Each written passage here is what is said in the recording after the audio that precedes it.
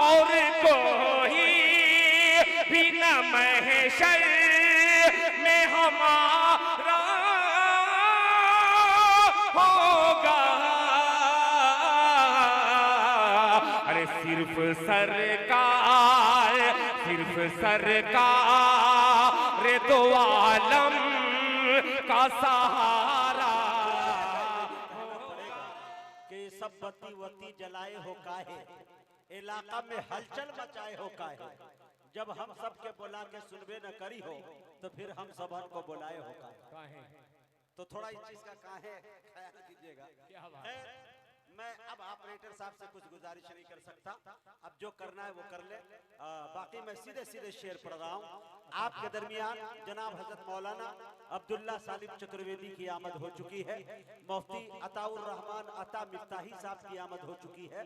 और मेरे दोस्तों उससे पहले सदर साहब के 10 से 15 मिनट या जो भी गुफ्तगू इतनी कीमती होनी है आपके दरमियान करना चाहता हूँ। अगर आप सुनने के मूड में हो तो चंद शेर मैं भी सुनाऊं। अगर इस तरह से जाने का माहौल बनाएंगे तो मेरे दोस्तों अच्छा नहीं हो। खैर मेरे क्या वो हजरात जा रहे हैं जो कज़ाए हाजत के लिए जा रहे हो, मुमकिन है कहीं, लेकिन बारिश का मौसम है, जहाँ बैठे हैं वहीं भी काम चल सकता था। खैर बहरे के अब देखें मेरे दोस्तों, 4 मिसरे मैं सुनाना चाहता हूँ, चंद शेर जो हमारे अब्दुल रहीम भाई ने कहा और दिगर भाइयों ने कहा कि वो शेर पढ़ दीजिए, बहुत दिनों से उनकी ये ख्वाहिश हो रही है। शेर देखें मेरे दोस्तों के दंग है सब देख कर आधा इधर आधा उधर। दंग है भाई मुजाहिद, दंग है सब देख कर, दंग है सब देख कर आधा इधर आधा उधर, हो गया पल में कमर आधा इधर आधा उधर। दंग है सब देख कर आधा इधर आधा उधर। माशाअल्लाह। अरे वाह वाह वाह रे भाई, दो हाथ में घड़ी, वाह भाई सुभान अल्लाह सुभान अल्लाह जज़ाकल्लाह जज़ाकल्लाह माशाअल्लाह। ये घड़ी देखिए मेरे ससुराल वाले ने एक घड़ी नहीं पहनाया, बड़ा शॉर्टकट में काम चला लिया ससुराल वाला। नहीं, ससुराल वाले का ख्याल था कि हम बहुत कुछ दे, लेकिन 4 से 5 आदमी से गए और हम निकाह पढ़ा के लिए आए। हल्के में मत लीजिएगा कि मुजाहिद हसनैन हबीबी लंगड़ा था तो जल्दी शादी नहीं कर पाया। मैं बहुत दूर छलांग लगाया हूँ। मुंबई शादी हो गई महाराष्ट्र में उरूसुल बेलाद में। एक दफा का वाकया मैं आपको सुना दूं, थोड़ा सा चेहरे पे तबस्सुम आपके आ जाए। हालांकि ये बात हकीकत है लेकिन लतीफा हो गया। मैं जब शादी करके नवरोज में गया, नवरोज जानते हैं ना, शादी के 1 रोज के बाद जब जाते हैं अपने ससुराल, उसको हमारे यहाँ नवरोज बोलते हैं। पहले के लोग नवरोज रहा करते थे, अब तो लोग जाते हैं 1-2 दिन में वापस चले आते हैं। जब मेरा जाना हुआ वहां तो मेरी वाइफ से, अब नाजिम की बीवी है तो उसको भी निजामत का थोड़ा शऊर आना चाहिए, शायरी का ज़ौक़ रखती है। तो आई मेरे पास घूमकर तो कहने लगी, अजी आपको पता है हबीबी साहब? हमने कहा क्या हुआ? कहा आज मेरी सहेली ने मुझसे कहा है कि तुम्हारा शौहर लंगड़ा के चलता है, तो क्या तुम्हें शर्म नहीं आती? मेरी वाइफ ने जो जवाब दिया उसके जवाब को सुनिएगा, बड़ा बहुत लाजवाब जवाब उन्होंने दिया। और उन्होंने कहा कि नहीं, मुझे तो बिल्कुल हया नहीं आती, शर्मिंदगी में महसूस नहीं करती हूँ। अगर मेरी निगाहों से देखोगी तब पता चलेगा कि वो लंगड़ा के चलता है या कैसे चलता है। तो मेरी वाइफ ने जब ये बात कही तो उनकी सहेलियों ने तीनों चारों ने ठक्का मारी और हंसना, ठाटे मारकर हंसना शुरू कर दी कि क्या मैं तुम्हारी नजर से देखूंगी तो क्या तुम्हारा शौहर लंगड़ा के नहीं चलेगा, सीधा चलेगा? करे पगली, सीधा तो नहीं चलेगा, लेकिन फर्क इतना होगा जब मेरी निगाहों से देखोगी तो पता चलेगा कि वो मेरे इश्क में लंगड़ा के नहीं लहरा के चलता है। कमाल है नहीं भाई बाबा। तो ये होता है। तो मेरी ये शादी नहीं, मैं राडो का ऑलरेडी घड़ी बन चुका हूँ, लेकिन ये घड़ी जो भाई माशाल्लाह इन्होंने मोहब्बतों के साथ दी है, मैं उनको मोहब्बतों से मैं कबूल करता हूँ। अब शेर सुन लीजिए। दंग है सब देखकर आधा इधर आधा उधर, हो गया पल में कमर आधा इधर आधा उधर। एक तरफ मक्के की सरहद, एक तरफ शहरे नबी, काश होता मेरा घर आधा इधर आधा उधर। बहुत अच्छे। एक तरफ मक्के की सरहद, एक तरफ शहरे नबी, काश होता मेरा घर आधा इधर आधा उधर, बहुत अच्छे। दुश्मनाने मुस्तफा को देख लेना पुलसरात, अरे डाल देगा काट कर आधा इधर आधा उधर। दंग है सब देख कर आधा इधर आधा उधर। चांद क्या है आसमां को भी अगर कहते हुजूर, अमा वो भी होता टूट कर आधा इधर आधा उधर। चांद क्या है आसमां को भी अगर कहते हुजूर, अमा वो भी होता टूट कर आधा इधर आधा उधर। दंग है सब। चार मिसरे मुझे बहुत अच्छे याद आते हैं, अगर कहे तो मैं सुना दूं कि मेरे दोस्तों के इबादतों का अकाउंट भर के रखना है। वाह वाह हाय हाय बोले, इबादतों का अकाउंट भर के रखना है, बगैर कैश कोई एटीएम नहीं चलता। वाह बोलते सब सुभान अल्लाह बोलिए। हाँ बोले, इबादतों का अकाउंट भर के रखना है, बगैर कैश कोई एटीएम नहीं चलता। अरे अमल के नोट कफन में छुपा के ले जाना, सिफारिशों का वहां पेटीएम नहीं। वाह वाह वाह। अमल के नोट कफन में छुपा के ले जाना, सिफारिशों का वहां पेटीएम नहीं चलता। बहुत बहुत शुक्रिया इनायत करम नवाजिश। मैं बड़े अदब के साथ सदर जलसा जनाब हजरत मौलाना अलहाज आफाक साहब कासमी दामत बरकातहुमुल आलिया से गुजारिश कर रहा हूं कि हजरत तशरीफ लाए और अपनी कीमती बातों से हम सामाईन को नवाजे। हजरत की तकरीर के बाद दिल खैराबादी साहब आएंगे, उनके बाद जनाब हजरत मौलाना अताउर रहमान अता साहब आपकी खिदमत में, उनके बाद अब्दुल्ला सालिम साहब बैठकर बहुत देर से दुआ कर रहे हैं कि मेरा नंबर भी आ जाए। आप लोग तहम्मुल और बर्दाश्त के साथ बैठे रहे तो यकीन जानिए कि आपके समातों के सुपुर्द उन्हें भी कर दिया जाएगा। मैं सदर मौसूफ से गुजारिश कर रहा हूं कि हजरत तशरीफ लाए और अपनी कीमती बातों से हम सामाईन को नवाजें।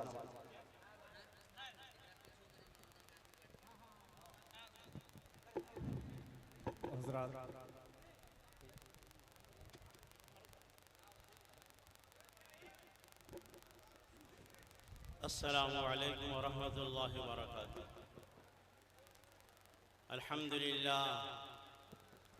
अल्हम्दुलिल्लाह वकफ़ा वसलामुन अला इबादिहिल्लज़ीना इस्तफ़ा अम्मा बअद।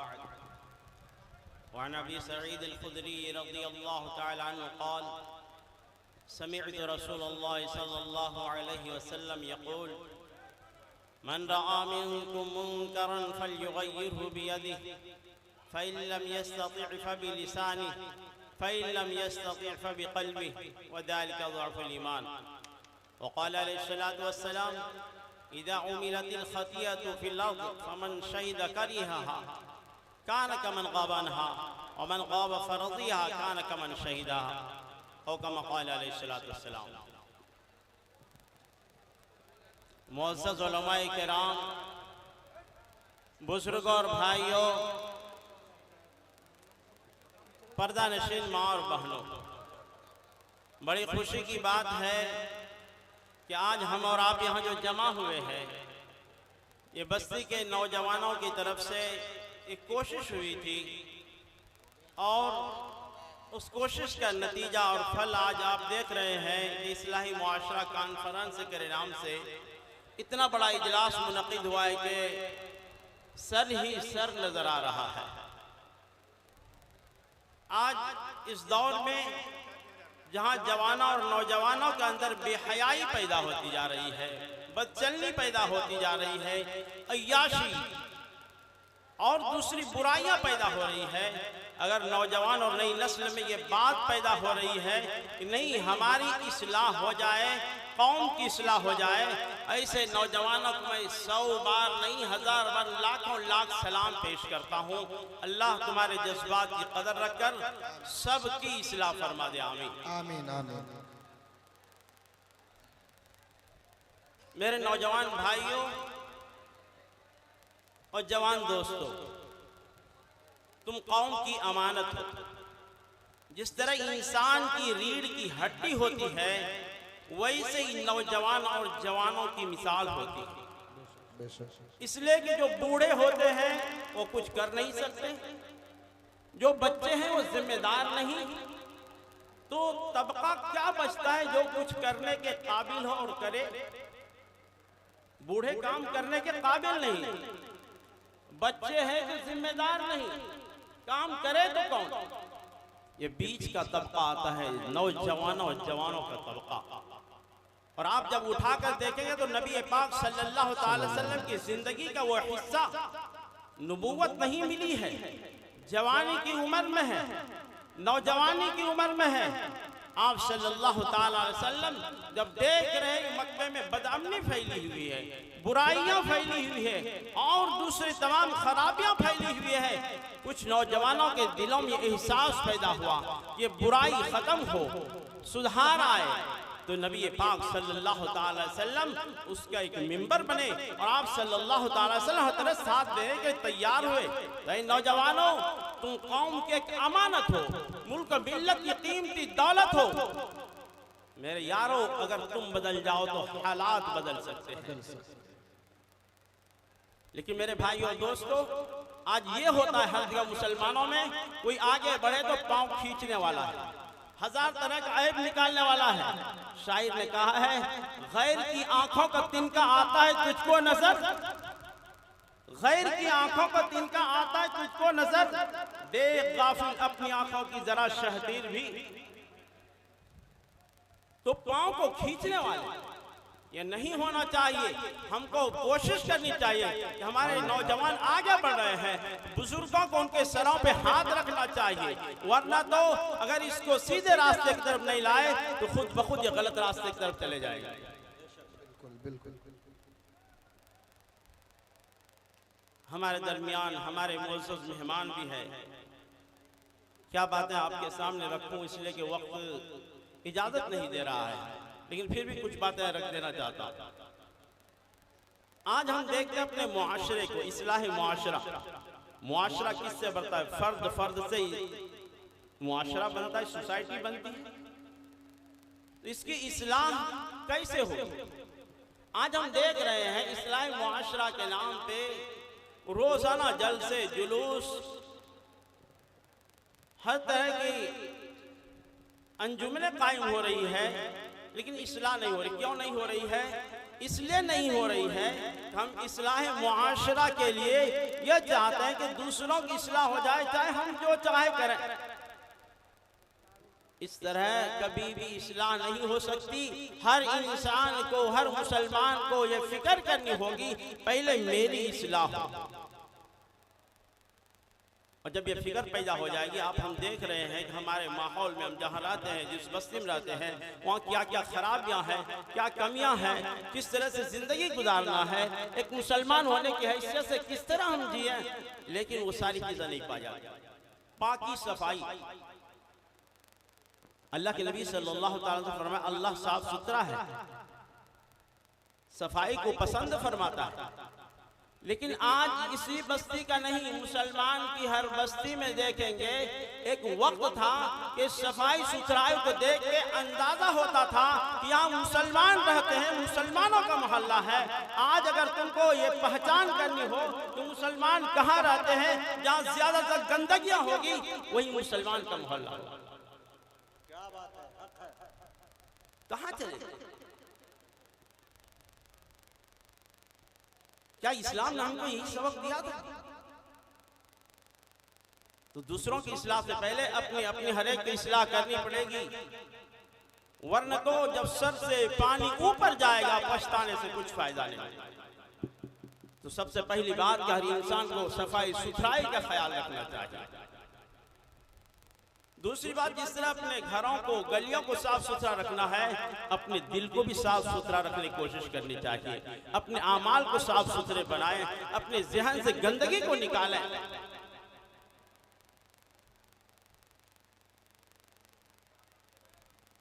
इसलिए कि आज अगर कहीं कोई बुराई हो रही है, अगर उसके लिए कोई कदम उठाता है तो उसके सपोर्ट करने के बजाय, उसकी हिमायत करने के बजाय, उसका साथ देने के बजाय उसके खिलाफ साजिश होती है। सुन लो, ये दुनिया है, एक न एक दिन आंख बंद होगी, अल्लाह के यहाँ हिसाब देना पड़ेगा। नबी पाक सल्लल्लाहु अलैहि वसल्लम फरमाते हैं, मन रआ मिनकुम मुनकरन फलयुगय्यिरहु बियदिही, तुम में से जो शख्स कोई मुनकर काम होता हुआ देखे, बुरा काम होता हुआ देखे, नाजायज काम होता हुआ देखे, उसको चाहे कि अपने हाथ से उसको बदल दे। घर में बुराई हो रही है, घर का एक जिम्मेदार है, खानदान का कोई बड़ा है, वो जानता है कि अगर मैं चाहूं तो इसको हाथ से रोक सकता हूं, फिर भी वो नहीं रोक रहा है, तो अल्लाह के नबी सल्लल्लाहु अलैहि वसल्लम ने दूसरी हदीस में फरमाया, इज़ा उमिलतिल खतियतु फिल अर्द मन शहीदा फकरीहा कान कमन गाब अन्हा व मन गाब फरदिया कान कमन शहीदा। जब कहीं हुए जमीन में कोई गुनाह होता है, अगर कोई शख्स वहां मौजूद है लेकिन उसको पसंद नहीं करता है, उससे नफरत कर रहा है, तो ऐसा है कि वो आदमी उसमें शरीक नहीं था, लेकिन अगर कोई आदमी दूर में बैठा हुआ है, सैकड़ों हजारों किलोमीटर दूर बैठकर भी वह हवाई दे रहा है और उस बुराई पे वो खुश हो रहा है, तो ऐसा है जैसे कोई शख्स उस गुनाह में शामिल है, उस मजलिस में शरीक है, वो सैकड़ों और हजारों किलोमीटर दूर कर बैठकर भी अगर उससे राजी है तो वो भी गुनाह में शामिल होगा। इस बात को देखिए और अपने मुआशरा को देखिए। आज अगर हम कोशिश करें तो मुआशरे से जहेज की रस्म खत्म, लेकिन शादी के वक्त में अपने बच्चों को बेचते हैं। बच्ची के बाप पैसे न होने की वजह से अपने बच्चियों को वक्त में शादी न करा सकती है, तो कहीं और चली जाती है। इसलिए जिसका असर है, जिसकी बात चलती है, उनके खानदान में लोग बात मानते हैं, तो उसको चाहे अल्लाह ने इतनी हैसियत दिया है या पूरी बस्ती में बात मानने वाले हैं, तो उनको चाहे कोई गलत काम हो रहा है तो उसको हाथ से रोके, लेकिन अगर उसमें खुश हुआ तो गुनाह करने वाला और ये आदमी दोनों बराबर के शरीक है। आज शादी में निकाह एक सुन्नत के लिए हम कई काम हराम का करते हैं और इसमें खुश होते हैं। क्या नबी ने सिखाया था पटाखे फोड़ना शादी में? क्या नबी ने सिखाया था डीजे बजाना शादी में? सुन्नतों का जनाजा निकाल रहा है अपने घरों से और कहते हैं अल्लाह नाराज है हमसे, हम पे क्या क्या की मुसीबतें आ रही हैं और जालिम बादशाह हमारे सर पर बैठा है। तुमने अपने हाथों से अपने अमाल को खराब करके मुसीबत मोल ली। अगर उन लोगों के लिए कह दिया जाए कि जो शादी में हराम काम कर रहे हैं, डीजे बजवा रहे हैं, उस वक्त वो अपनी जबान से चाहे ना कहे, लेकिन वो अपने अमल से यह कहता है, अरे तुम धोखे में थे तो मुझे मुसलमान समझ रहे थे, मैं मुसलमान थोड़ा ही, मुझे तो काफिरों का तरीका पसंद है। जबकि नबी पाक सल्लल्लाहु अलैहि वसल्लम फरमाया, ओ खैरुल हदी हदी मुहम्मदिन सल्लल्लाहु अलैहि वसल्लम, दुनिया में जितने भी तरीके हो सकते जिंदगी गुजारने के, नबी पाक सल्लल्लाहु अलैहि वसल्लम का तरीका जिंदगी सबसे बेहतरीन है। क्या नबी पाक सल्लल्लाहु अलैहि वसल्लम ने शादी में सब खुराफात किए थे? एक नहीं कई शादियां हुई और मजे से हम उनके यहाँ दावत जाके खाते हैं, उनका निकाह पढ़ाते हैं। आज अगर नौजवान तैयार होते इस काम के लिए कि नहीं, जिनके यहाँ यह बुराई होगी, जिनके शादी में डीजे आएगा, उसके यहाँ निकाह नहीं पढ़ाने देंगे, उसके ऊपर कुछ कार्रवाई करेंगे, दूसरे लोग पीछे से पांव खींचते हैं। अल्लाह के नबी सल्लल्लाहु अलैहि वसल्लम फरमाया कि वो शख्स भी जो कि इससे राजी है या सपोर्ट कर रहा है, कान कमन शहीदहा, वो शख्स ऐसा है जैसे गुनाह करने वाला वहां है, ऐसे उसमें शरीक है। याद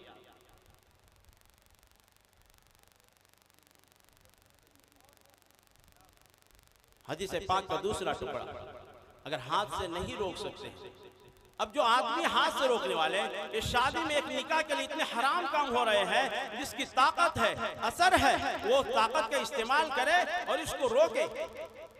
नहीं हो रहा है तो जबान से कहे, जबान से रोके, बयान करे, समझाए, उससे भी बात न माने तो अल्लाह के नबी सल्लल्लाहु अलैहि वसल्लम अपने दिल से बुरा माने। अगर नहीं बुरा माना तो ये ईमान का आखिरी दर्जा है, सबसे कमतर दर्जा है, इसके बाद ईमान का कोई दर्जा ही नहीं। इसके साथ साथ आज हमने नौजवानों की सही तरबियत नहीं की, आज वो बिगड़ गए हैं, तरह तरह के निशा में है। हम ये समझ रहे थे पहले कि शराब पीते थे निशा करते हैं, आज निशा की कई किस्में आ गई है। कोई टैबलेट है निशा की, तो कोई स्टिकर आ गया है निशा की, कोई इंजेक्शन है निशा की, और बहुत तरह के निशा है। अगर आज अपने बच्चों की तरबियत नहीं किए, इनको सही रास्ते पे लाने की कोशिश नहीं किए, फिर सर पकड़ कर रोएंगे, रोने से कोई फायदा नहीं। अपनी बच्चियों को सही तालीम नहीं दिए, आए दिन जो अपनी नजरों के सामने देख रहे हैं, बाप के सर की टोपी उतरवा देती है बच्चियां, बाप के सर से पकड़ियां उतरवा देती है बच्चियां। ये सब नतीजा है कि हमने उसकी दुनिया की खातिर दीन को बर्बाद कर दिया।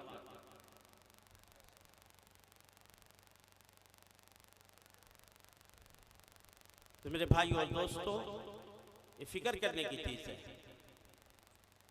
शेखुल हिंद रहमतुल्लाह अलैह, जो दारुल उलूम देवबंद के सबसे पहले तालिबे इल्म है, हजरत शेखुल हिंद रहमतुल्लाह अलैह जब माल्टा के जेल से आए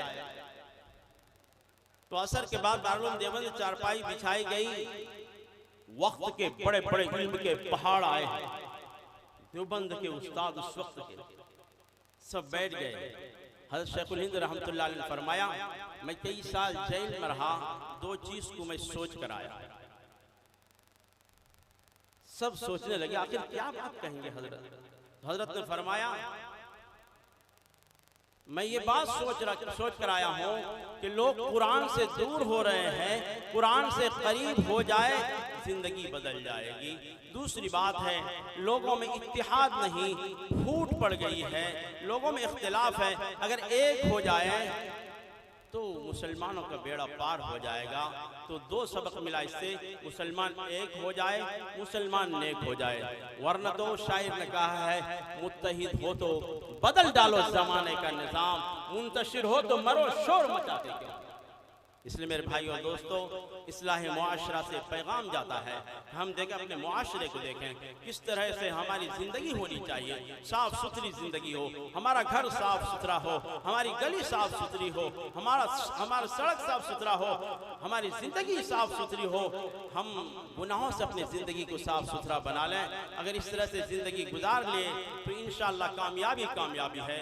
और पूरे बस्ती वालों से मैं ये दरख्वास्त करूँगा, नौजवान जो आज ये मेहनत से जलसा किए हैं, इनकी एक तमन्ना है कि इस तरह की जो बुराइयां समाज में जड़ पकड़ रही है, उनको खत्म करने के लिए ये कदम आगे बढ़ाएंगे। हमारे बुजुर्गों से ये दरख्वास्त है कि जितना हो सके बुराइयों के मिटाने में, खत्म करने में साथ दें। यह नहीं कि उनका हिम्मत तोड़ दें, उनकी हिम्मत तोड़ दें, उनका हौसला पस्त कर दें, बल्कि आप अगर साथ देंगे तो इंशाअल्लाह एक न एक दिन ये बुराई खत्म होगी।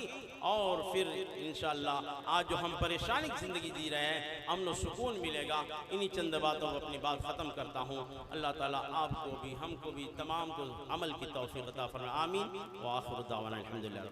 मौज़्ज़ज़ सामईन, सदर जलसा अलहाज जनाब हज़रत मौलाना आफाक साहब कासमी दामत बरकातुहुमुल आलिया बड़ी कीमती बातें मुआशरे में जो फैली हुई बुराइयां हैं उन पे रोशनी डाल रहे थे।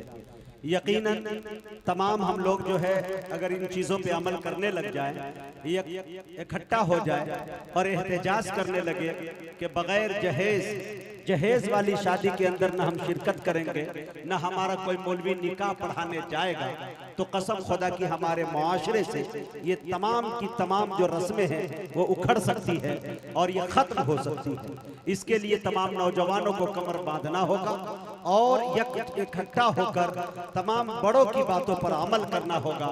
और इंशाअल्लाह मुमकिन है कि डुआ की सरजमी से ये बात शुरू हो और पूरे भारत के अंदर ये फैले, आम हो जाए। चूँकि यहाँ से शुरू करना है, एक आज़्म है, एक हौसला है। बहुत सारी बातें वो कहकर गए। अल्लाह ताला हम सबको कहने सुनने से ज़्यादा अमल की तौफीक बख्शे।